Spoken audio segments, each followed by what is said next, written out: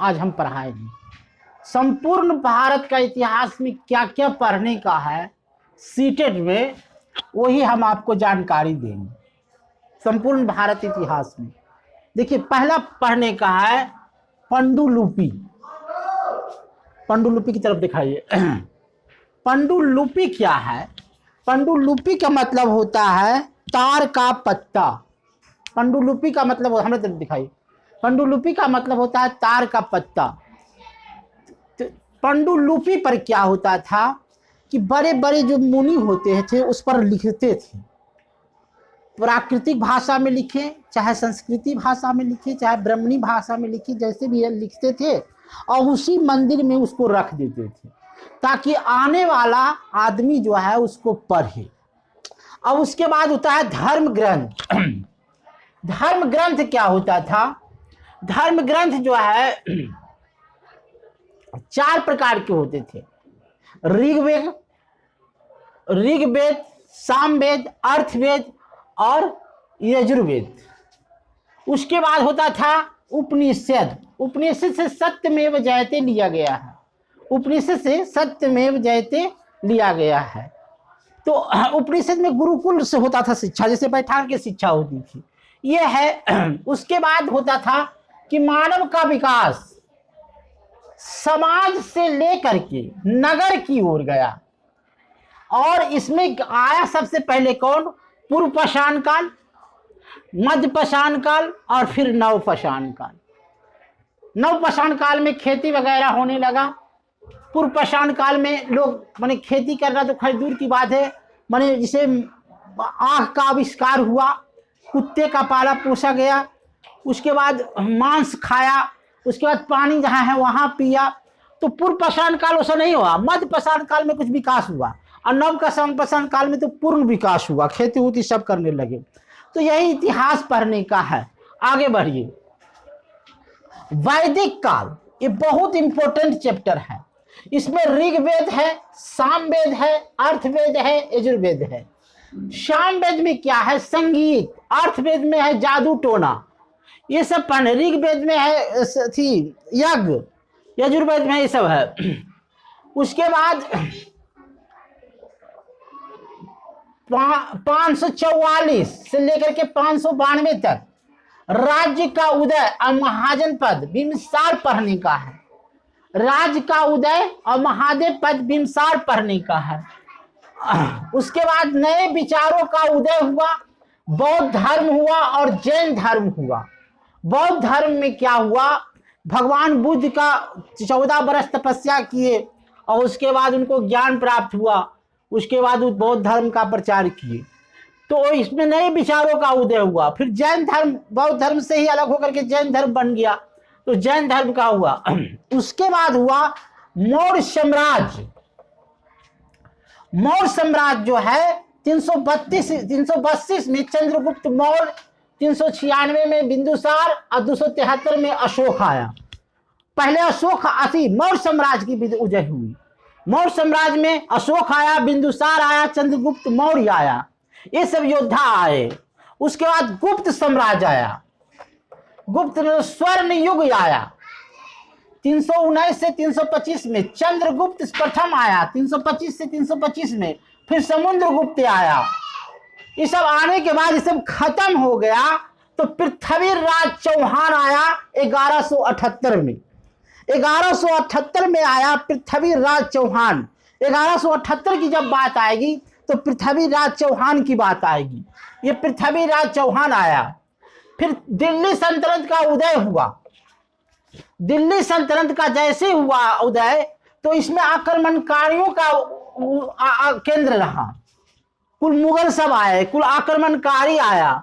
सबसे बड़ा आक्रमणकारी आया 1290 में बख्तावर खिलजी। 1290 में बख्तावर खिलजी की कहानी हम बताते हैं क्या कि एक बार बख्तावर खिलजी बीमार पड़ गया। उसका जितना भी मुसलमान था, कुरान में जितना भी मौलवी था, जितना भी उसका उपचार करने वाले मौलवी था, सब बख्तावर खिलजी को नहीं ठीक से कर सका।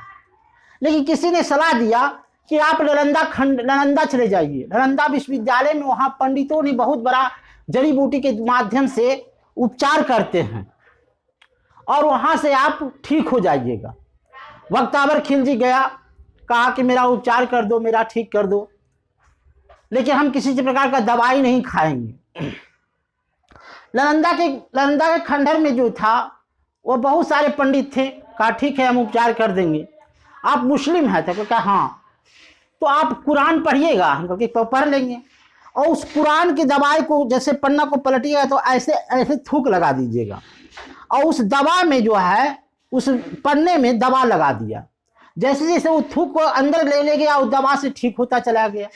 अब बख्तियार खिलजी क्या किया कि दवा से तो ठीक हो गया, अब उसके मन में घोर बनी विरोध हुआ कि बोलो हमको मुस्लिम हमको ठीक नहीं कर सका और एक पंडित जो है नालंदा का पंडित, नालंदा खंडहर में जो पंडित जो है हमको ठीक कर दिया। वो क्या किया कि उसको नालंदा खंडहर को पूरे को तबाह कर दिया बख्तियार खिलजी। वहां का जो है माने वहां का जो पंडित था उसको बेरहमी से मारा और वहां पर जो किताबें थी जो माने अध्ययन होता था उसको जला डाला बख्तियार खिलजी। इतना क्रूर शासक था और अपनी सेना को आदेश दे दिया कि जो जितना मुंडी काट करके लाएगा उसको उतना इनाम दिया जाएगा। और जो जितना मुंडी मैंने 500 लाता था 500 थी कुछ हीरे मोती जलता था।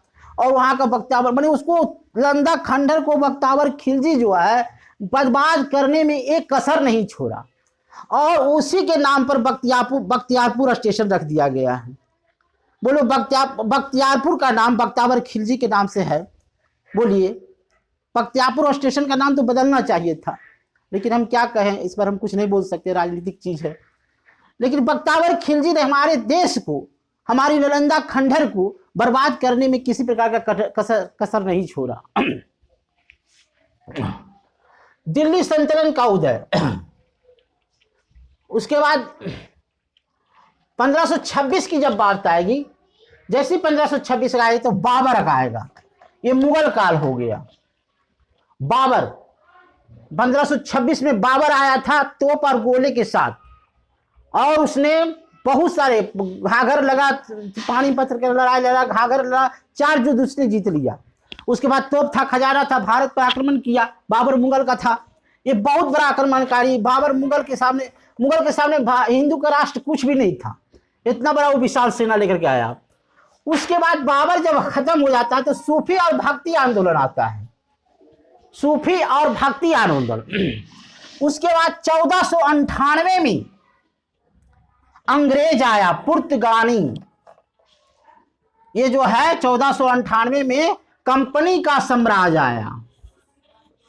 यहां जो है कहा कि भाई हमको वस्त्र बनाने के लिए सूरत में कंपनी दिया जाए, जगह दिया जाए, और वहां पर ही वस्त्र बनाया, कपड़ा उद्योग किया। ऐसा पूरे अंग्रेज जो है पूरे भारत पर राज्य करने लगा। ये तो 1857 में एक योद्धा था जिसका नाम था मंगल पांडे। मंगल पांडे ने उस पूरे ब्रिटिश सरकार को हिलाने का काम किया। वो सिपाही था, आजाद का ब्राह्मण था, ऐसे कारतूस था, कहता था इसमें सुअर का है और इसमें गाय का है, और जब उसको मालूम हो गया तो कहा कि हमको तो जाति भ्रष्ट कर रहा है अंग्रेज, हम इस चीज को कैसे छुए, हम सुअर खाद नहीं कर सकते और गाय का माता होता है, हम गाय से गौथी नहीं कर सकते। बस वो मंगल पांडे ही एक ऐसा क्रांतिकारी था जिसने ट्रेनिंग करने वाले थी जो अफसर का, उसको सीधे गोली मार दिया। भले वो फांसी पर चढ़ गया और फांसी पर चढ़ने के बाद जितना भी सिपाही था सब ने अंग्रेजों का विरोध कर दिया और सब जो है उसको अंग्रेज को मारना काटना शुरू कर दिया। ये मंगल पांडे जो है सबसे बड़ा काम किया था। उसके बाद समाज सुधारक आता है राजा राम मोहन राय 1875 में, जो आर्य समाज की स्थापना किया। 1875 में आर्य समाज की स्थापना हुआ राजा राम मोहन राय के द्वारा। उसके बाद स्वाधीनता संग्राम हो गई। स्वाधीनता संग्राम के बाद महात्मा गांधी आए, जवाहरलाल नेहरू आए, सरदार वल्लभ भाई पटेल आए। उसकी आगे की कहानी हम आगे बताएंगे। अगर आप हम देखिए, कल हम चैनल नहीं बनाए थे क्योंकि कल जो है दीपावली था। हम रोज दिन एक चैनल बनाते हैं और सीटेट पर रोज दिन एक जानकारी देते हैं। अगर आपको हमारा चैनल अगर अच्छा लगता है तो उसको सब्सक्राइब कीजिए और फिर दूसरा चैनल पाने के लिए हमको सब्सक्राइब कीजिए।